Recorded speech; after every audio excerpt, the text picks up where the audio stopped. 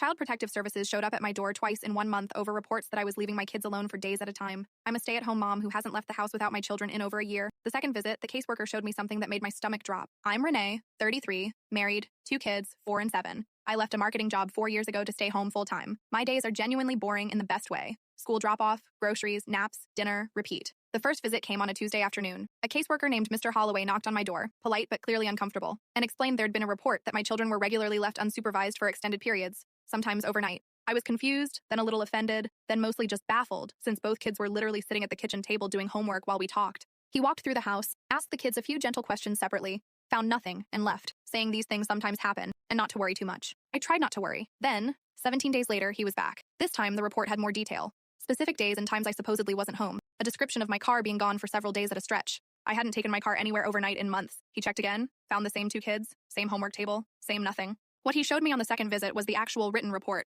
or at least the portion he was allowed to share. It included a description of my daily school pickup routine, accurate down to the time. It mentioned my husband's work schedule by name of his employer. It mentioned that I'd recently stopped attending a mom's group at our church, which was true. I had stopped going about 2 months earlier. I sat with that for a while after he left. Whoever wrote this knew small, specific details about my actual schedule, not generic guesses. I started keeping a simple log, just noting anyone who'd been around the house, anyone who'd asked unusual questions about our routine.